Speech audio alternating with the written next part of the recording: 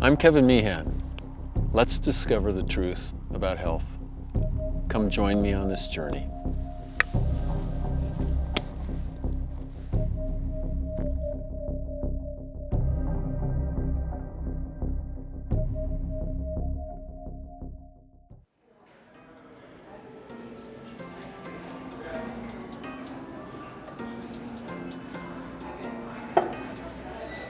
The term cholesterol has received a lot of negative attention, particularly in the media. The term itself has become so negative because of the misconceptions of what cholesterol is.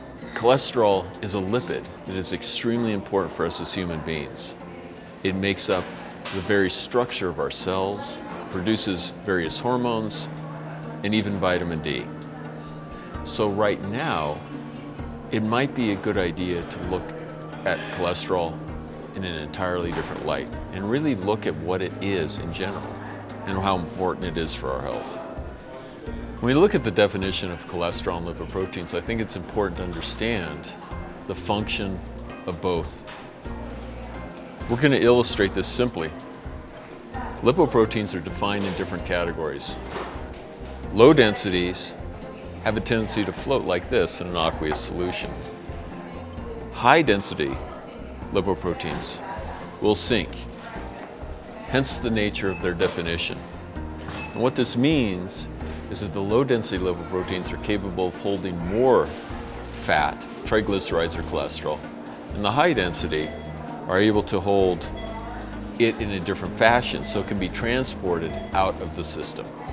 This simple illustration gives us a general idea of understanding the definition of the different types of vehicles which carry the cholesterol to specific areas in our body. One other subject that's very important to understand is the difference between cholesterol and triglycerides. As an example, the more foods you ingest that are high in cholesterol doesn't really affect our blood cholesterol levels. On the other hand, triglycerides are pure fats. Those are influenced dramatically with diet. It is the triglycerides that really do most of the damage in our system because the byproduct of the triglycerides liberates certain components that injure the interior lining of the vascular system. So even though we see dietary changes affect lipoproteins, which once again are not cholesterol, we have to understand that diet greatly impacts the pure blood fat levels within our plasma. And in this situation, it is triglycerides. So when we're talking about lipoproteins and their function, a good analogy would be looking at traffic, the different vehicles that compose the traffic, from trucks to small cars. Each one has their specific functions. Just like lipoproteins, we understand that these different functions comprise different biological conditions within our system. Imagine if a disaster occurred and the vehicles that were required to take care of that disaster weren't available. The current medications that we see that are directed at lowering lipoproteins or cholesterol are controversial for two different reasons. One is their negative impact on the liver and the kidneys. And number two is their ability to slow down the delivery mechanism, lipoproteins in this case, that essentially bring cholesterol, the reparative structure or lipid, to various components in our system. It's important to keep in mind that cholesterol makes up the cell integrity.